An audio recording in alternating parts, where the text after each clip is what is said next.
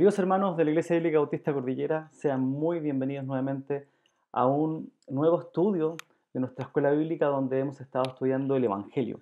Durante este tiempo hemos estado hablando sobre la antropología y lo que queremos hacer es enfocarnos para poder formar una cosmovisión bíblica. ¿Y qué entendemos por cosmovisión? De forma muy sencilla, entendemos la forma como concebimos el mundo y sus acontecimientos. E indudablemente, la cosmovisión bíblica y la cosmovisión cualquiera que ésta sea, siempre va a buscar responder a dos preguntas fundamentales. Y estas dos preguntas fundamentales son las siguientes. Primero, ¿quién es Dios? Y segundo, ¿quién es el hombre? Y estas preguntas las hemos ido estudiando a lo largo de estas lecciones que tenemos el día de hoy. Hemos estado estudiando a lo largo de estas lecciones de la escuela bíblica y hemos tratado de ir respondiendo y direccionando estos temas para que cada uno de nosotros podamos ir formando una cosmovisión adecuada. Y quisiera recordar un poquito lo que nos enseñó nuestro hermano Matías con respecto a la cultura y sobre el diseño social, el diseño divino para la sociedad y para la cultura, sobre la creación, porque Matías nombró dos cosas que me llamaron mucho la atención y que creo que son muy pertinentes para lo que vamos a ver el día de hoy. Matías habló sobre que Dios nos entregó un mandato cultural. Y él hablaba de cómo es que el ser humano ponía nombre a los animales, cómo es que él podía desarrollar una sociedad y ponía en ejercicio sus capacidades de, eh, ¿cómo se llama?, de imaginar, de crear, de poder generar esta cultura que Dios nos daba. Además, Matías nos hablaba de cómo es que Dios nos entregó el trabajo, cuando le pide al hombre que cultive el huerto sobre el que fue puesto. Y muchas veces hacemos esta separación entre lo que es divino y lo que es secular, y me gustaba lo que Matías nos decía porque realmente todo cuando lo hacemos para la gloria del Señor es divino. Y incluso el trabajo llega a ser divino. ¿Por qué? Porque nosotros tenemos que vivir de manera santa para Dios y cualquiera sea en el área que nos vamos a desenvolver, lo que vamos a hacer es manifestar el diseño divino en el ser humano. Ya sea en nuestro desarrollo cultural, en nuestro desarrollo del trabajo, siempre vamos a estar manifestando que llevamos la imagen de Dios en nosotros. Y quiero mencionar estos dos temas específicos que Matías menciona porque alude específicamente a la cultura y al trabajo.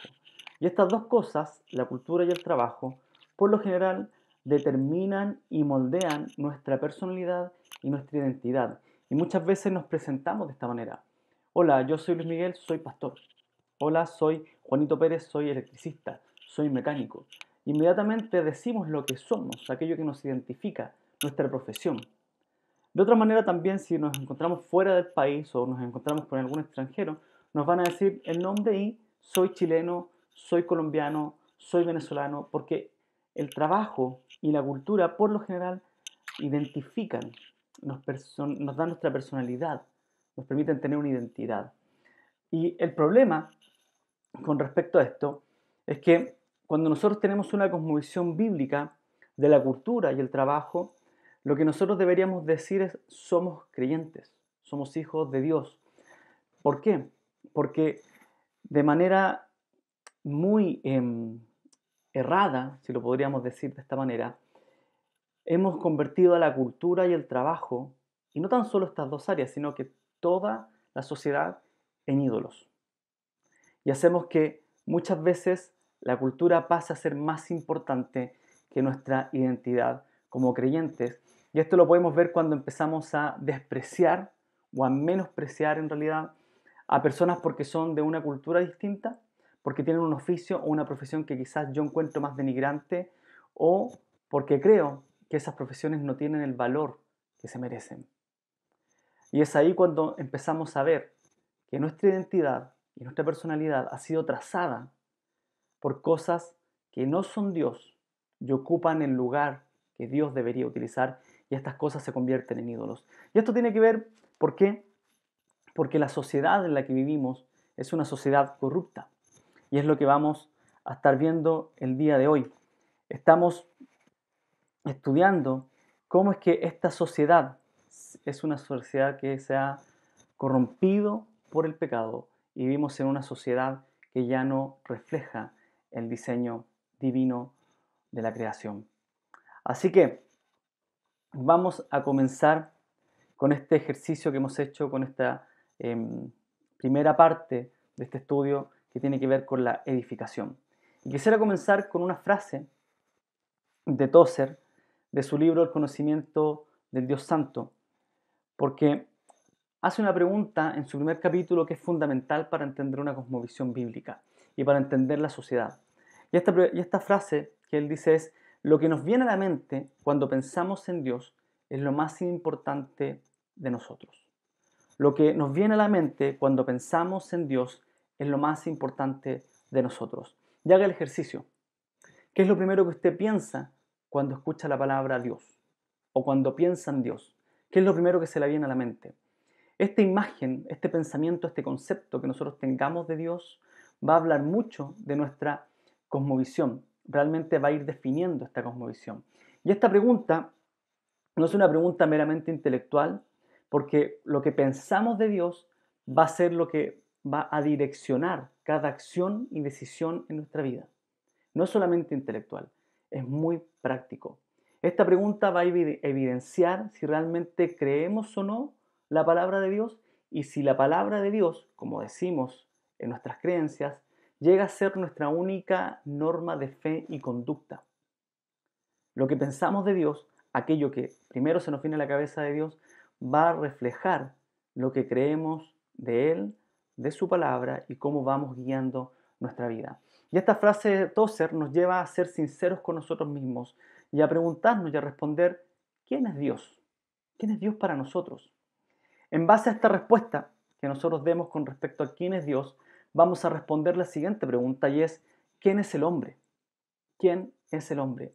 Si Dios no es soberano en nuestro concepto de Dios, entonces mi humanidad es el soberano. Entonces mi propia persona es la que va a determinar mi conducta y no el Dios soberano. Si Dios no es el creador y sustentador de todo lo que existe, entonces esta vida va a carecer de propósito. Porque si cuando yo pienso en Dios, no pienso en un Dios creador y sustentador, entonces esta vida no tiene propósito, no tiene sentido. Y si Dios no ha escrito su ley en nuestros corazones, entonces la humanidad, la raza humana, no necesita de ética y de moral.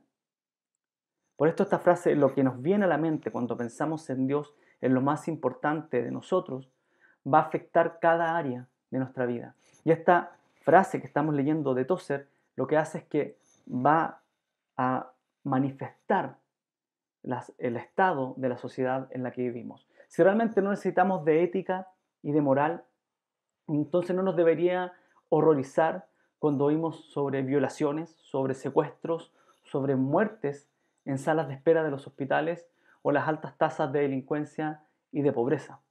Porque si realmente Dios no es el creador, no es el sustentador, en realidad esta vida carece de sentido. Si no hay moral, si Dios no escribe la ley, su ley en nuestro corazón, entonces no necesitamos de la moral.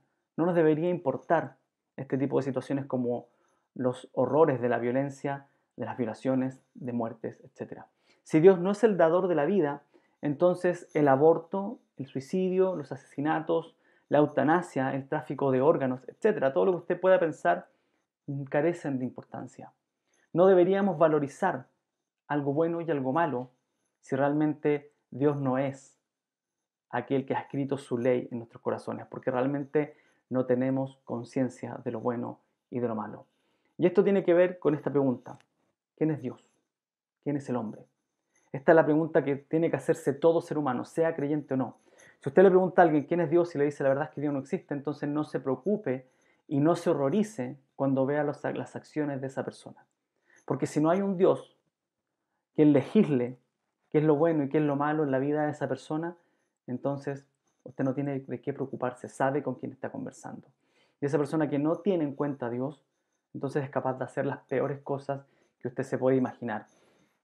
Es más, hay una pregunta que hay una afirmación que hace Jonathan Edwards, el famoso predicador estadounidense, que tiene mucho que ver con esto mismo.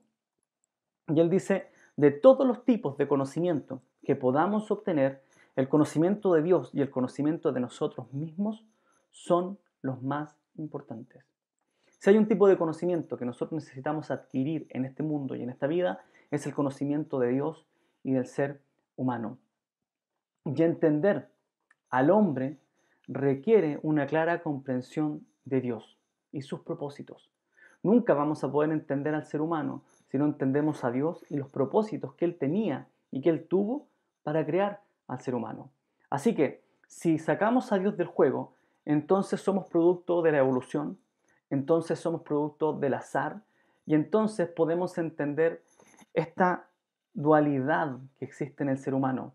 Porque nos podemos decir cómo es que el ser humano tiene una mente creativa, pero a la vez utiliza esa creatividad para el mal. Y es porque no hay moral en él.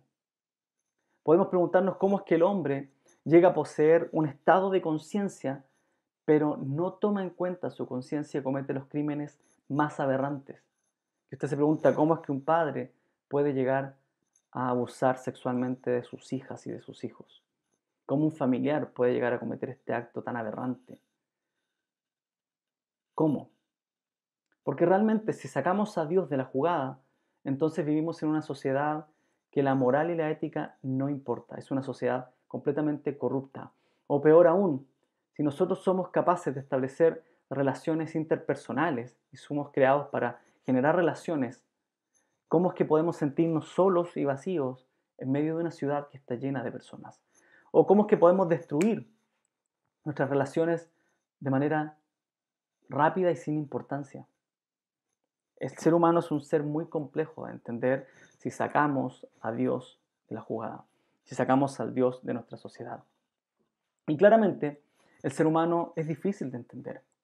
El ser humano es capaz de construir sociedades muy complejas con mucho esfuerzo y 2 generaciones más adelante es capaz de destruir aquello que construyó.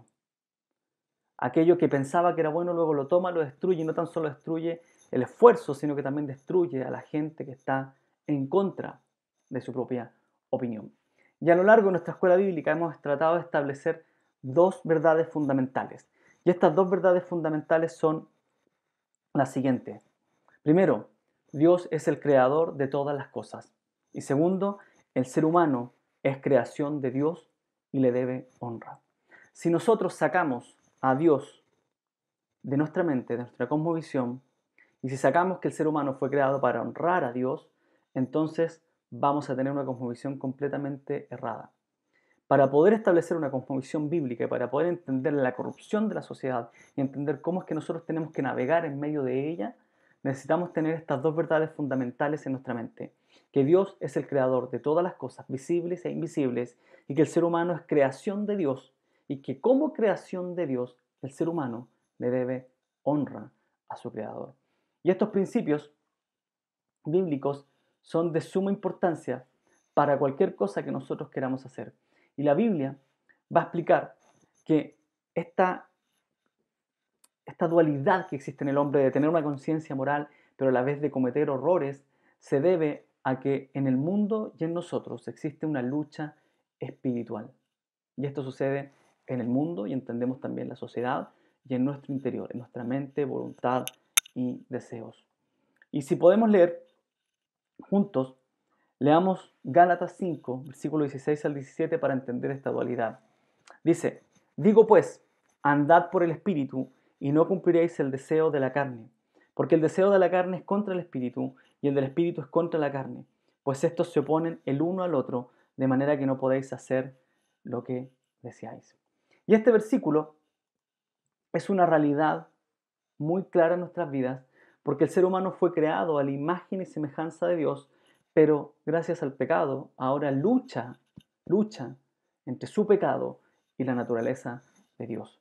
Y es por eso que cuando nosotros vemos pasajes como esto que dice que no podemos hacer lo que deseamos, entonces no nos sorprendemos que el ser humano tiene capacidad moral, tiene una conciencia moral, pero aún así no la escucha, no la obedece y comete actos que son completamente repudiables. Así que este versículo explica esta dualidad, explica las traiciones, las guerras, la desigualdad, la avaricia, aun cuando el ser humano sabe lo bueno y muchas veces quiere seguir lo bueno, no es capaz de hacerlo. Póngase piense, recuerde cuando usted ha dicho que no quiere hacer algo y lo termina haciendo igual. Ponga en su mente y trate de hacer ejercicio de entender una persona adicta. Trate de entender por qué no puede salir de ese pecado, que usted sabe que es lo malo, pero termina cometiendo ese acto igual. Cuando nosotros terminamos discutiendo con nuestras esposas y sabemos que eso está mal, y lo hacemos de todas formas, porque nuestra naturaleza lucha por el pecado y la imagen de Dios en nosotros. Así que es debido a esto que este mandato cultural y el trabajo que Matías nos mostraba ha sido corrompido. Entonces nosotros vivimos en una sociedad corrupta y alejada de Dios en la que el ser humano lucha, lucha constantemente contra el mandato divino. Y me gusta cómo lo plantea el doctor del Trackett, porque él habla sobre esta corrupción del diseño divino y dice que esta corrupción tiene que ver con los estados del hombre, con los estados del hombre. Y mire cómo lo plantea. El doctor Trackett dice que hubo un evento que fue la creación y este evento creó al ser humano en un estado inocente. ¿Qué fue la consecuencia? Que el ser humano fue creado a la imagen de Dios, entonces debía vivir de acuerdo a la imagen de Dios y reflejarlo en la creación. Cultivar, formar una sociedad que le glorificara, que reconociera a Dios como creador y que glorificara y que le diera honra a su creador. Sin embargo, un segundo evento, la caída. Y esa caída convierte al hombre y lo traspasa a un estado de inocente a pecador. Y en este estado el hombre no puede volver atrás, ya no puede recuperar su inocencia. En este estado entonces leemos Romanos 5:12 cuando dice que el pecado entró al mundo por un hombre y por el pecado la muerte. Por el pecado la muerte y así todos los hombres pecaron. Todos los hombres nacemos entonces bajo pecado. Si usted muere, es el siguiente evento, si usted muere en este estado de pecador, entonces la consecuencia es el infierno. Usted va a estar en el infierno. Es una condenación eterna. Sin embargo, hay un evento que ocurre con la venida de Cristo, con su vida, su muerte y su resurrección, y con el arrepentimiento y la fe en el Evangelio de Cristo, que es la redención. Cuando Dios nos recupera por un precio, nos compra, nos redime por el precio de su sangre, de su santidad, de su obediencia. Nosotros entonces pasamos de pecadores a redimidos. Y es ahí cuando podemos entonces vivir una nueva naturaleza en Cristo gracias al arrepentimiento, la fe y el perdón de Dios hacia nuestros pecados. Somos justos. Y si usted muere en este estado, entonces va a tener un siguiente estado que es la glorificación. Y es ahí cuando vamos a tener una resurrección y vamos a vivir la eternidad con Dios. Este es el panorama de todo ser humano, tanto pasado, presente como futuro. Hubo una creación en la que el hombre era inocente, el hombre peca, cae, entonces le espera la condenación eterna, el infierno después de la muerte. Sin embargo, si nosotros nos arrepentimos de nuestros pecados y confesamos a Cristo como Señor y Salvador, entonces Dios nos redime, nos da una nueva naturaleza. Y luego la muerte ya no se convierte en infierno, sino en un estado de gloria en el que vamos a vivir la eternidad junto a Dios. Así que en todas estas con todos estos eventos ya, y hay algo que trasciende cada uno de estos estados, y ese estado que trasciende y aquella cualidad que trasciende a cada uno de estos estados es la imagen de Dios en el ser humano. Y esto es muy importante porque estamos hablando de la sociedad corrupta, una sociedad que ha quitado a Dios del centro y que se ha olvidado de que somos imagen de Dios. Cuando nosotros nos olvidamos de que somos imagen de Dios y vivimos en este estado de pecadores sin entender el Evangelio y sin entender que hay una redención para el ser humano, entonces cuando quitamos la imagen de Dios en el hombre, entendemos la gravedad del pecado. Porque Dios lo que hace es que va a condenar, va a condenar a aquel ser humano que creó a su propia imagen. Cuando nosotros sacamos a Dios y a la imagen de Dios de la sociedad, entonces lo que sucede es que nos lleva a quitar el valor y el propósito de la vida. Porque no hay creador y no hay nada en nosotros que pueda reflejar ese propósito. No hay nada. Nosotros no fuimos creados, fuimos producto del azar. No importa los medios que usemos para lograr los fines, porque al fin y al cabo no hay valor en las personas. Nosotros podemos pasar por alto y por encima de la gente porque las personas no tienen valor en sí mismas. Ya no está ese valor intrínseco que entrega la creación al hombre al ser a la imagen de Dios. No importa el suicidio, no importa el aborto, no importa la delincuencia, no importa el abuso sexual, no importa la eutanasia, no importa absolutamente nada porque el ser humano carece de valor. Y si nosotros carecemos de valor, entonces yo tengo que aprender a vivir al máximo. ¿Le parece conocida esa frase en el día de hoy? Viva al máximo, viva al máximo. Y cuando yo vivo al máximo, vivo solitario. No me importan los demás, todos los demás son objetos para alcanzar mis metas, incluso las relaciones interpersonales. Y esta es una sociedad corrupta, en la sociedad que vivimos. Ya no importa pensar en la ética y la moral, porque realmente vivimos en una sociedad egoísta que ha sacado a Dios del centro, ya ha sacado la imagen de Dios del hombre y con eso le ha quitado el valor.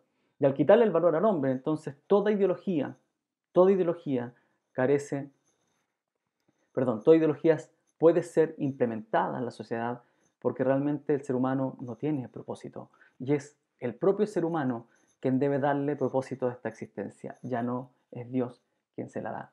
Así que el pecado nos permite vivir una vida de ciegos, una vida sin valor. Le quita esa importancia a la sociedad, le quita esa importancia al mandato cultural, le quita esa importancia a cada esfera de la vida en la que nosotros vivimos. Así que, ¿qué sentido tiene la compasión cuando el mundo carece de sentido? Cuando el hombre no tiene valor. ¿Qué sentido tiene el bienestar del otro si realmente el otro sirve como un objeto para que yo avance? ¿Qué valor tiene la vida de un feto si ese feto lo voy a traer a un mundo cruel? Es mejor matarlo. ¿Para qué voy a tener un niño que va a sufrir en un mundo tan cruel? La conclusión lógica a la que ha llegado esta sociedad es, entonces, matémoslo antes de que nazca. Es mucho mejor. ¿Por qué llegamos a estas conclusiones? Porque hemos sacado a Dios y la imagen de Dios de nuestra cosmovisión del mundo. Si no comprendemos realmente a Dios, no vamos a comprender al ser humano. Y es imposible entonces poder generar una cultura que glorifique a Dios. Lo que vamos a tener siempre es una cultura corrupta. Si quitamos a Dios del centro, entonces la sociedad se vuelve un mundo sin esperanza. Sin embargo, hay una esperanza, hay algo maravilloso en lo que nos podemos consolar y tiene que ver con el mismo pasaje que acabamos de leer de Gálatas, capítulo 5. Por favor, reléalo conmigo. Gálatas 5, 16 al 17. Digo pues, andad por el Espíritu y no cumpliréis el deseo de la carne, porque el deseo de la carne es contra el Espíritu y el del Espíritu es contra la carne, pues estos se oponen el uno al otro, de manera que no podéis hacer lo que queréis. Lo que deseáis, perdón. ¿Cuál es lo maravilloso de esto? Es que Dios mismo nos ha investido, nos ha depositado en nosotros. Nosotros somos receptores de su Espíritu. Dios ha dejado su Espíritu en nuestras vidas, en los redimidos, para que ahora podamos hacer lo que queramos. Y hacer lo que queramos no significa seguir la naturaleza pecaminosa, sino significa seguir la nueva naturaleza. Hemos sido redimidos, hemos sido regenerados.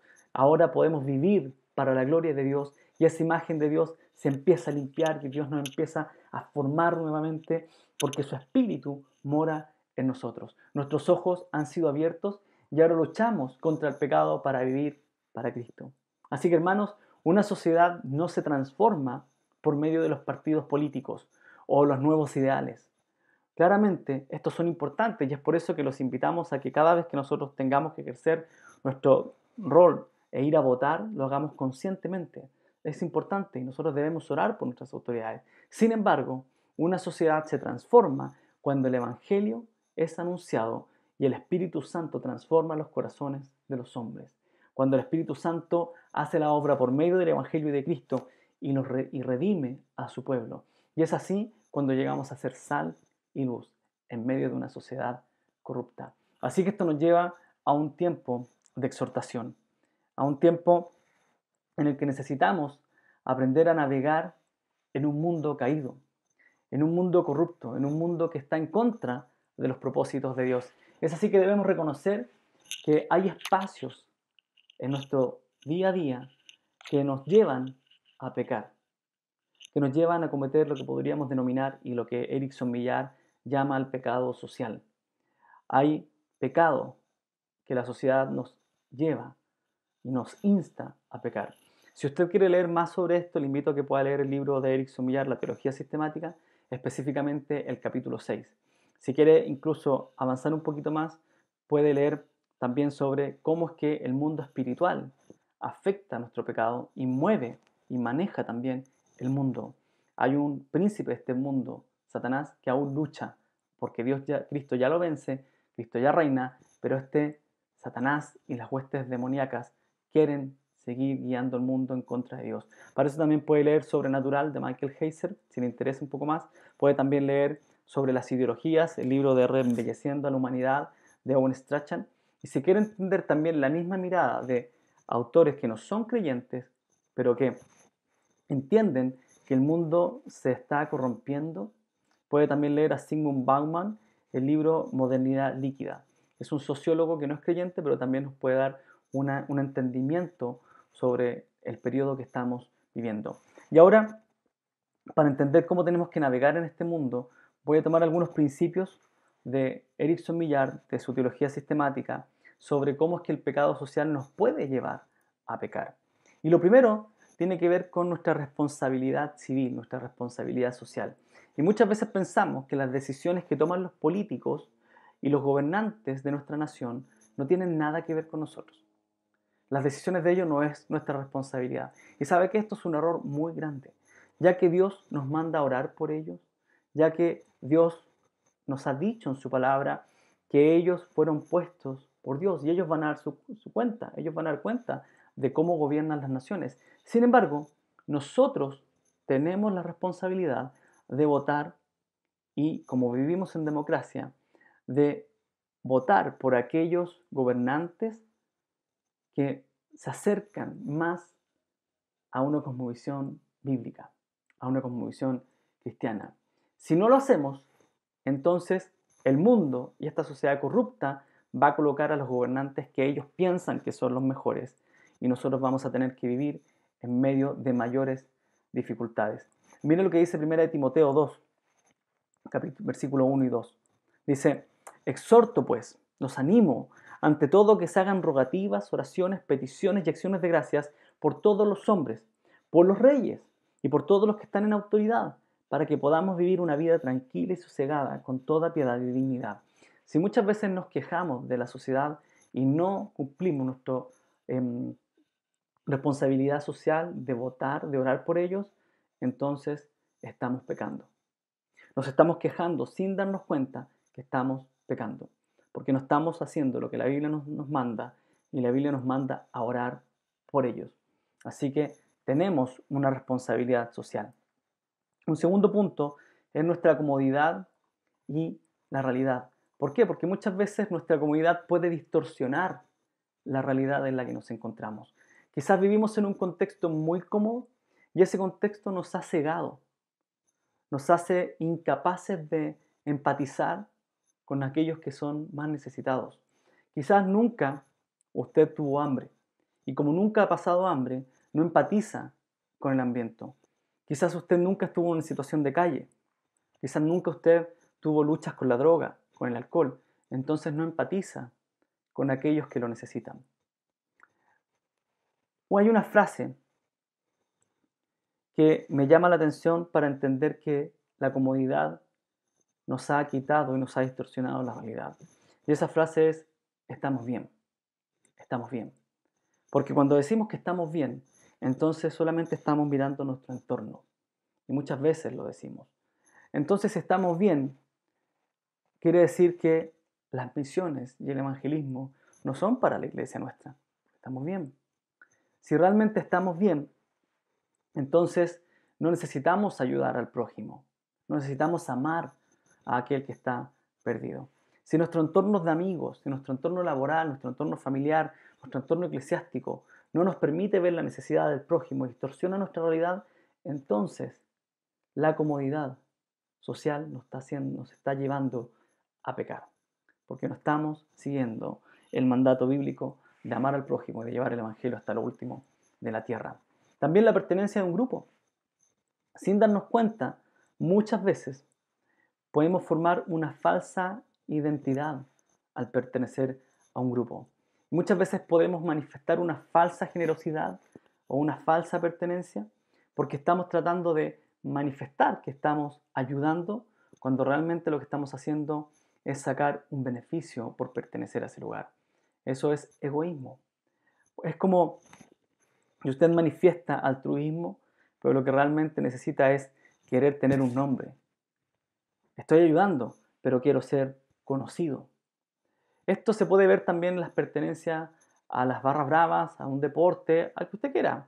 Una lealtad a un partido político, cuando realmente quiere ser conocido y no se da cuenta cuando empieza a menospreciar al otro, cuando empieza a hablar mal del árbitro, cuando está viendo un partido y se enoja y habla mal del árbitro, y empieza a pecar, o cuando es parte de un partido político y se aferra tanto que empieza a denigrar al otro olvidando que el otro también fue creado a la imagen de Dios. Nuestra pertenencia a los grupos muchas veces nos hacen menospreciar la cultura del extranjero. Nosotros somos superiores, tenemos un país mejor. Y se nos olvida que nosotros tenemos que orar por nuestro país y orar por el país de nuestro prójimo. Y finalmente hay una distancia. Entre más distante del pecado nos encontramos, entre más distante o más lejano nos parece, entonces pensamos que somos menos responsables. Somos menos responsables. Quizás no somos capaces de engañar o de denigrar a una persona en el día a día, en lo cotidiano, porque tenemos una imagen de creyentes. Sin embargo, ¿qué pasa cuando estoy al mando de personal? Cuando tengo que dirigir. Se me olvida que soy creyente y los trato de forma indigna. Y eso me da el derecho de gritarles. Eso me da el derecho de abusar del horario laboral. Quizás no somos borrachos. Pero ¿qué pasa si usted está con una necesidad económica y se le ofrece la oportunidad de abrir una botillería y tener una botillería? Quizás usted no es borracho, pero sí está llevando el pecado hacia la gente. Entonces parece que entre más lejos estamos del pecado, somos menos responsables. Sin embargo, esto es el pecado de la sociedad que nos impulsa y muchas veces somos parte de eso y aprobamos ese pecado de manera pasiva. De manera pasiva. Querámoslo o no, la Biblia presenta un mundo como un lugar de pecado, un lugar donde el mundo se organiza y se estructura. Y nuevamente, Erickson Villar presenta al mundo como una antítesis del reino de Dios, todo lo contrario al reino de Dios. Y quiero que leamos y entendamos en realidad cómo es que el mundo se organiza en contra de Dios y su creación, sus propósitos, leyendo algunos versículos bíblicos. Mire lo que dice Juan capítulo 7, versículo 7, hablando del Señor Jesucristo. El mundo no puede odiaros a vosotros, pero a mí me odian. Odia a Dios. Jesucristo es Dios encarnado. Porque yo doy testimonio de Él, que sus acciones son malas. Y Jesús está diciendo, este mundo está en un estado de corrupción, un estado de pecado. Juan 15, 18 al 19. Si el mundo os odia, a los discípulos, a ustedes, a los creyentes, sabéis que me ha odiado a mí antes que a vosotros. Si fuereis del mundo, el mundo amaría lo suyo. Pero como no sois del mundo, sino que yo os escogí entre el mundo, por eso el mundo os odia.